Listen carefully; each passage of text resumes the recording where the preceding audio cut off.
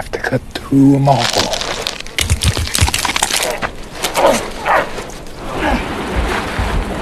Di awal film, kita langsung diperlihatkan dengan sebuah aksi perampokan yang baru saja dilakukan oleh dua orang pria. Terlihat jelas, semua korbannya tewas dengan luka sayatan di bagian leher.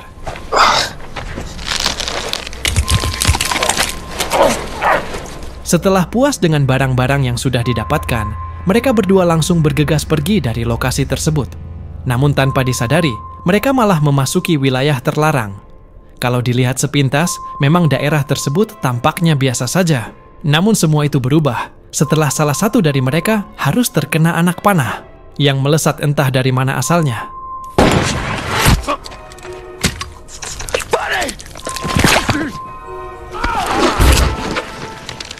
Dan film pun baru saja dimulai. Singkat cerita, kita diperlihatkan dengan sepasang suami istri bernama Arthur dan juga Samantha.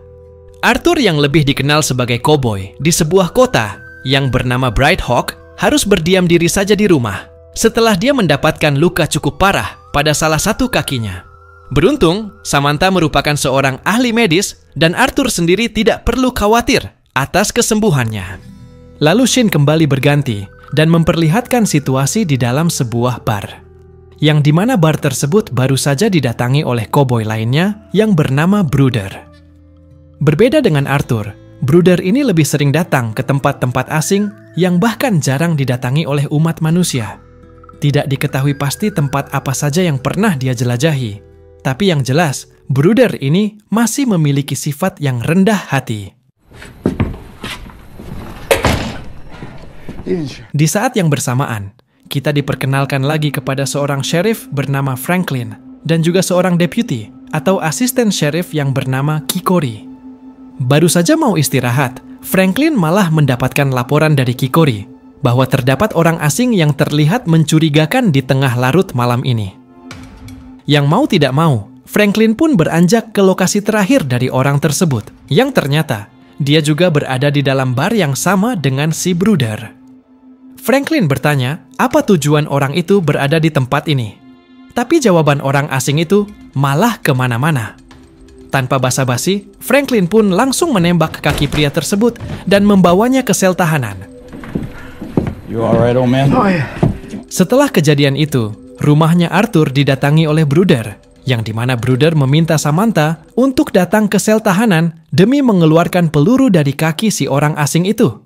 Merasa tidak akan memakan waktu yang cukup lama, Arthur pun mengizinkan istrinya untuk pergi. Walau sebenarnya, dia sendiri masih ingin berduaan dengan Samantha. Sesampainya di sel tahanan, Samantha langsung mempersiapkan alat-alat medisnya, sambil ditemani oleh salah satu bawahannya Franklin yang bernama Nick.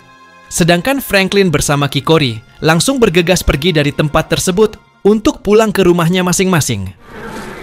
I'm coming, ladies, don't fret.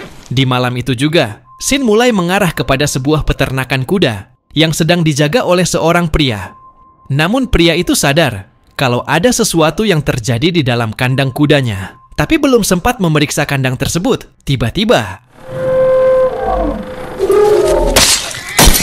leher pria itu ditebas oleh sosok misterius. Pada pagi harinya, Franklin yang baru saja ingin sarapan malah kembali didatangi oleh seorang peternak kuda yang mengaku kalau salah satu anak buahnya sudah tewas secara mengenaskan. Mendengar laporan itu, Franklin pun langsung mengajak Kikori untuk memeriksanya ke TKP. Dan sesampainya di sana, memang benar di mana mereka mendapatkan bukti kalau petugas tersebut sudah tewas dengan isi perut yang terburai. Dan yang lebih parahnya lagi, Franklin tidak menemukan seorang pun di dalam sel tahanan, melainkan dia hanya menemukan sebuah anak panah yang menancap di dinding.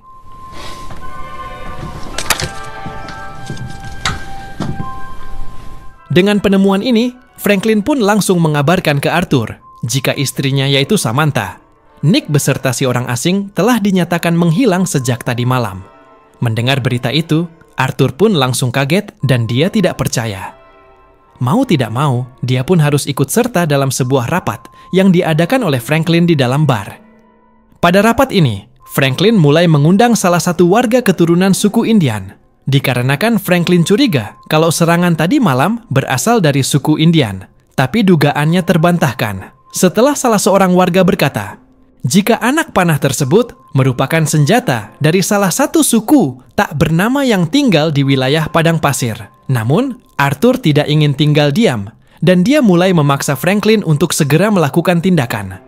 Melihat Arthur yang sangat antusias, dia pun diizinkan untuk ikut. Tapi dengan satu syarat, di mana Arthur tidak boleh jadi beban, dan jangan sampai menyusahkan mereka bertiga. My kind. Well, if you enter their territory. That wasn't the question. Appreciate it. Sebelum berangkat, masing-masing dari mereka mulai meminta restu, baik kepada istri yang masih hidup dan juga istri yang sudah meninggal. Setelah itu, 3 ekor kuda pun langsung disiapkan oleh Bruder. Sementara Arthur sengaja membawa kuda miliknya sendiri. Dengan mengandalkan senjata dan juga perlengkapan yang seadanya, mereka berempat pun terus-terusan konvoi, serta melewati waktu sambil menikmati pemandangan sekitar. Di saat matahari mulai terbenam, mereka langsung memutuskan untuk beristirahat. Namun tentu saja tingkat kewaspadaan haruslah tetap dijaga, karena mereka belum tahu musuh seperti apa yang akan mereka hadapi. Bahkan sebelum benar-benar istirahat, si Bruder pun menyempatkan diri untuk mengelilingi lokasi mereka dengan sebuah tali yang sudah digantungi dengan banyak lonceng. Tentu saja dengan harapan lonceng-lonceng tersebut akan memberi tanda jika ada sebuah ancaman mendekat di saat mereka sedang beristirahat. Ketika pagi tiba, perjalanan pun kembali dilanjutkan, tanpa ada rasa takut sama sekali yang menghantui mereka. Hanya saja bukan rasa takut yang menjadi masalah bagi mereka sekarang, melainkan luka di kakinya Arthur yang mulai terlihat bermasalah. Tapi, mau bagaimana lagi? Perjalanan sudah terlanjur dimulai, dan mereka berempat pun kembali melanjutkan perjalanan pada saat itu juga. Pada malam kedua ini, Kikori mulai bercerita kepada Franklin mengenai luka yang ada di kakinya Arthur.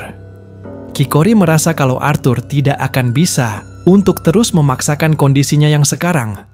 Apalagi, perjalanan mereka masih sangatlah jauh. Relax, gentlemen, relax. Tidak lama kemudian, camp mereka pun didatangi oleh 2 orang asing yang mengaku kalau mereka adalah seorang penjelajah. Tapi Bruder langsung menembak kedua orang tersebut karena dia tahu betul kalau mereka berdua adalah 2 orang begal. Those men were scouts for a raiding party. Keesokan harinya, waktu mulai berganti dengan begitu cepat, yang dimana mereka harus beristirahat lagi di malam yang ketiga. Sayangnya, kesigapan mereka tidaklah sebaik di malam pertama ataupun kedua. Sampai-sampai mereka tidak sadar kalau seluruh kuda mereka sudah dibawa kabur entah oleh siapa. Tentu saja kejadian ini sangat merugikan bagi mereka berempat, apalagi untuk Arthur sendiri yang sepertinya hampir menjadi beban tim. Dan benar saja, pada akhirnya, Arthur tidak bisa lagi mengimbangi laju dari teman-temannya, dan dia pun meminta mereka untuk menaruh batu-batu di sepanjang jalur perjalanan. Sebenarnya tidak tega melihat Arthur, yang dimana dia benar-benar tertinggal sangat jauh. Sedangkan teman-temannya yang lain sudah istirahat duluan selama 1 jam. Mereka seperti itu bukan karena tidak setia kawan, tapi ya begitulah kehidupan koboi. Mereka sangat benci dengan yang namanya dikasihani, baik itu oleh kawan maupun lawan. Setelah istirahat beberapa jam, Arthur pun kembali dibangunkan oleh Franklin. Dan kali ini, dia benar-benar tidak sanggup lagi untuk berjalan. Ya mau bagaimana lagi, tak ada solusi lain untuk menolong Arthur, selain melakukan operasi darurat pada saat itu juga. Itu pun masih untung, karena Kikori cukup menguasai tata cara pembedahan, yang dimana dia juga sengaja membawa obat bius untuk berjaga-jaga. Dengan alat yang seadanya, Arthur pun mulai dioperasi secara dadakan.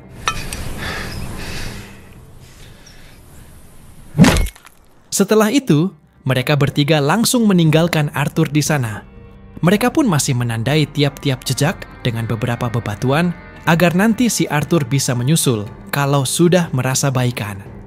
Di malam keempat, Franklin memutuskan untuk tidak beristirahat dikarenakan mereka harus terus melanjutkan perjalanan yang cenderung lebih memakan waktu.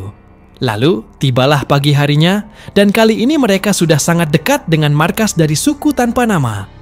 Terlihat jelas, terdapat juga sebuah jalan sepetak yang sudah pasti selalu digunakan oleh orang-orang dari suku tersebut. Wallingtons are ours.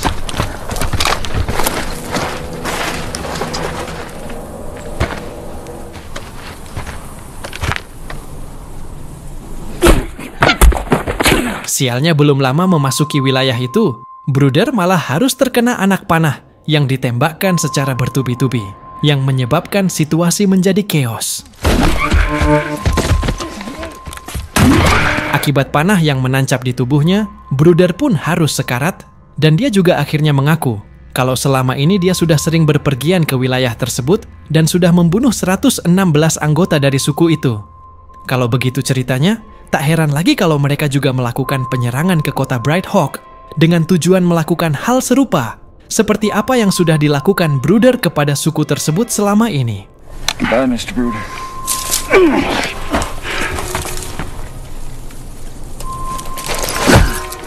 Tidak lama kemudian, beberapa anggota lainnya mulai sadar akan kehadiran mereka. Pada kondisi ini harusnya Franklin dan Kikori sudah dibantai tanpa ampun. Tapi entah kenapa, suku tersebut masih membiarkan mereka tetap hidup.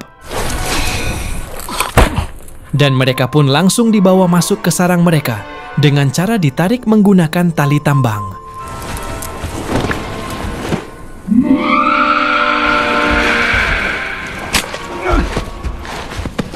Dan ternyata di dalam sana juga terdapat Samantha bersama Nick yang sedang dikurung.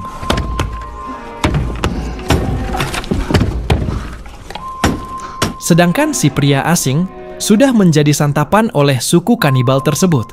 Mengingat ini semua tinggal masalah waktu, Franklin bersama Kikori yang baru datang pun terpaksa harus menyaksikan detik-detik terakhir hidup Nick yang akan menjadi santapan mereka berikutnya. Tanpa basa-basi, seluruh pakaian Nick langsung dibuka pada saat itu juga. Lalu mereka juga menguliti kepalanya Nick secara hidup-hidup.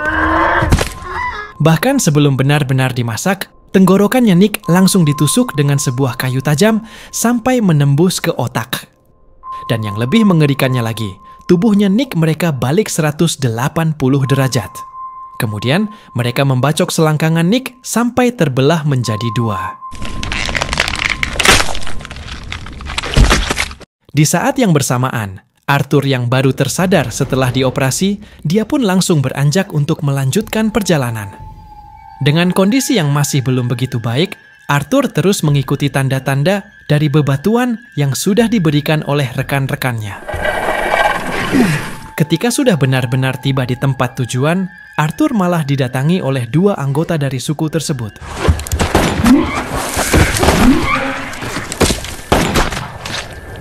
Tapi beruntung, Arthur dengan sigap masih bisa mengatasi ancaman itu.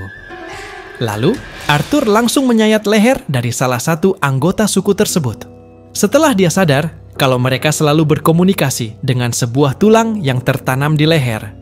Kemudian, Arthur kembali lagi melanjutkan rasa penasarannya sambil meniup tulang tersebut. Yang membuat beberapa anggota dari suku itu mulai berdatangan karena merasa terpanggil. Dan cara itu ternyata sangat ampuh untuk membantai mereka satu persatu, yang dimana Arthur bisa mencicil mereka.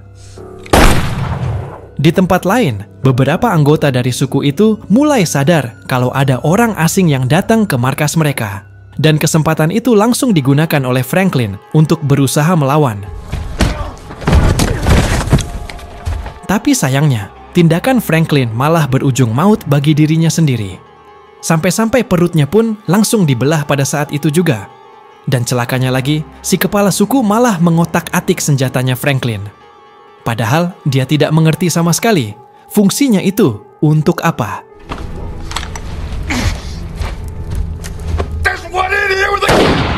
Dengan rasa penasarannya itu, Franklin pun harus tertembak dengan cara yang konyol. Untung saja pada momen tersebut, Arthur sudah tiba di sarang mereka.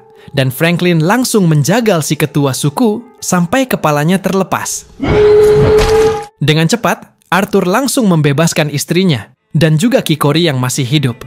Namun, kedatangan Arthur tidak terlalu berarti bagi Franklin, di mana Franklin berniat untuk menetap di sini dan lanjut menghabisi anggota suku yang tersisa sambil menunggu ajalnya tiba. Sedangkan rombongan Arthur yang berusaha mencari jalan keluar dari tempat itu malah tidak sengaja melihat dua orang dari anggota suku itu yang sedang hamil besar.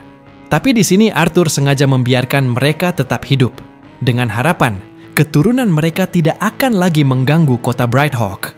Asalkan tidak ada juga orang-orang yang mengusik keberadaan mereka.